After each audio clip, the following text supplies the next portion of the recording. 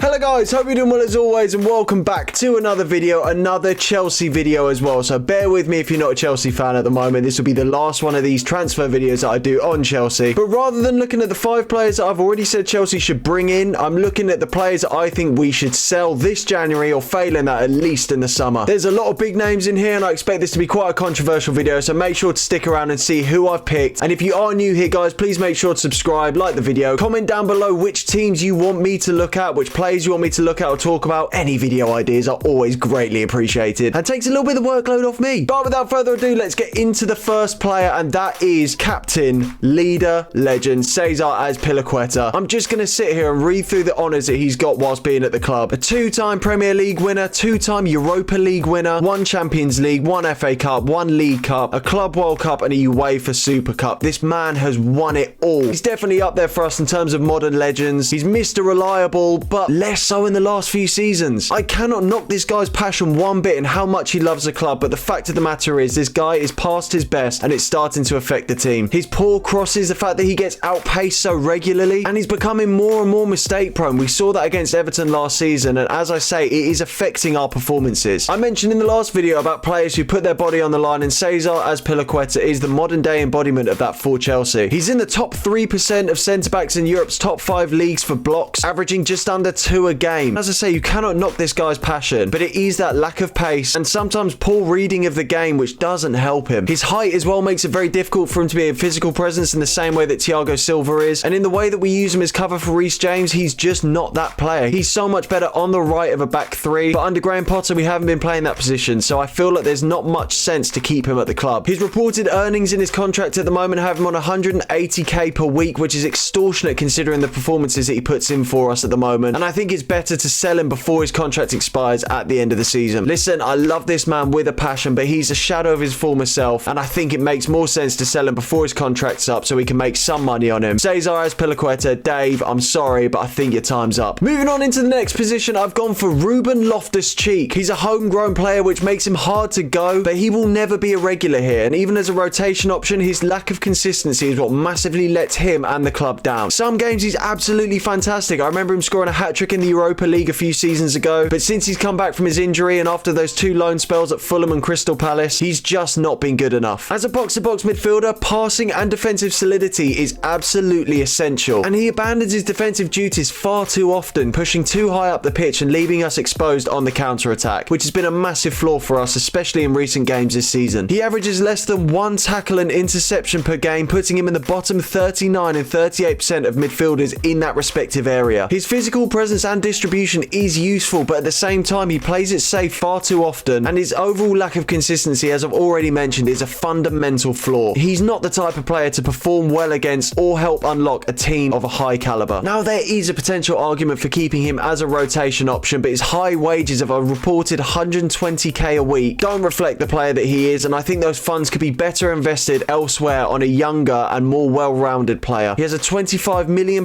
market value, and that's not including the English taxes likely to come with it if we sell him domestically, so I think it makes sense to cash in on him while we can and try and invest in a better rotation option. Up next, and sticking with central midfielders, I'm going with Kante. Now there's going to be a lot of controversy with this one, but in my opinion I think he's past his best. He's injury prone at the moment and he's only featured in 2 games for us this season. I think it makes more sense to cash in on him while we still can, before his value depletes any further and his contract expires at the end of the season. The 2 games which he's featured in this season, he's looked decent and his stats all round have been fairly strong, but they weren't against strong opposition, and he's very evidently not his former self. He has not got the capability for his body to handle the performances that he wants to put in, and he's another player that will play for the badge and leave everything out on the pitch, but as I say, his body unfortunately at the moment cannot handle the stress that he's trying to put on himself. We paid £35 million for him from Leicester, and his current market value is 30 million, so that's really no loss considering what he's done for us. I mentioned in the last video that he is one of the best players to ever grace his position on the football field, and with his age of 31 he's not got very long left, especially as I say with the physical output that he wants to put in. So as I say, I think it's a case of cashing in on him while we still can and looking at more long-term options that we can fade in to replace him. The final central midfielder that I'm going to suggest that we need to get rid of and replace is Jorginho. He's useful in transition with 71 passes attempted and an 88.6% completion rate per 90 over the last year. 5.37 of those per game are progressive passes as well, indicating his gracefulness to distribute efficiently. Off the back of that, it's maybe hard to understand why I've got him in this list, especially considering those stats I've just mentioned hold him in the top 11% of central midfielders worldwide. My reasoning though is very simple, and that's because the role of central defensive midfielder which he operates for Chelsea requires defensive solidity, especially if you're playing a fullback, and he simply does not have those attributes. With his age increasing and his pace declining, he's far from an efficient defensive player, and it's a position that we need to strengthen, and a position that I think we'd be better off without him in. He leaves way too many gaps, and last season was unable to tackle 65.1% of dribblers faced, and he averaged being dribbled past by almost 2 players per game, which is totally unacceptable for that position. With his age and considering other younger options on the market, I think it makes sense to cash in on him while we can, and with a reported market value of 35 million euros, I think get him out while we can, get a younger option in, and I think he is a figurehead in what needs to change in this rebuild that Chelsea so desperately are after. Getting into the juicy stuff and moving further up the pitch, we have a winger by the name of Hakim Ziyech. He's never settled into the club, and he's had some fantastic games for us, notably against Tottenham and also Man City in the FA Cup, but he is not consistent enough for us at all. He's got 24 goal contributions in 94 games, which is totally unacceptable for the role he plays on the field, and in 6 games this season he's got 0 goal contributions, and to add insult to injury, he's in the bottom 30% of wingers for expected goals and assists. With that being said, his defensive output for us is very good, and he brings a lot of energy on that front. He's in the top 4% of wingers and attacking mids for interceptions in Europe's top 5 leagues, and makes 1.5 tackles per 90 minutes. But my main problem in that area for him is he's a type of player to sulk when he loses the ball, and compared to players like Mason Mount and N'Golo Kante, who as soon as they lose the ball are chasing that ball down, he's often seen throwing his hands in the air rather than trying to win that ball back. He cost us 40 million to get in, and no doubt we're going to lose money on him, but I think we just need to sell him for whatever we can and cash in on his higher market value after a good World Cup performance for Morocco. The final player that we're going to be looking at in this video and on my list is Pierre-Emerick Aubameyang. As soon as this player entered the club, I knew that it was a hopeless panic buy that suits this club neither short term or long term. He's looked promising for us in some games, but this season needs to be his last for Chelsea in order for a necessary rebuild. He's got 1 Premier League goal in 8 appearances for us this season, and that came against Crystal Palace, and no disrespect to Palace, but they're not exactly defensively tight. As I've already mentioned, he's not a long-term option, and the fact that Kai Havertz, who's not even a natural striker, is playing above him is very, very telling. I don't like his attitude, and watching the Arsenal documentary on Amazon displays his unprofessionalism, which you don't want at a club, especially going forward when you want to command a strong dressing room. In my opinion, I think Giroud was a far better option, and obviously we let him go last year, so it's a real downgrade for us. If I'm being brutally honest, I don't care what we sell him for. I don't care if we make a profit. We definitely won't, but he's just not good enough for us, and he needs to go. We've obviously brought in the young striker Fofana, who I think would probably be better or equal cover to what we've already got from what Aubameyang provides, but without a shadow of a doubt, this man needs to go in either January or at the end of the season. And that does bring us to the end of the video and the end of my list. If you guys want to check out and see who I'd replace these players with, check the link up here where I talk about the players that I think Chelsea need to sign. Thank you so much for watching as always, guys. I'll see you in the next one, and as always, if you are new here, please make sure to subscribe, stick around, and comment down below more video ideas. Again, they're always greatly appreciated. I've got a couple of brilliant vlogs coming this weekend over the FA Cup, so stay tuned for those. I'll see you in the next one. Take care.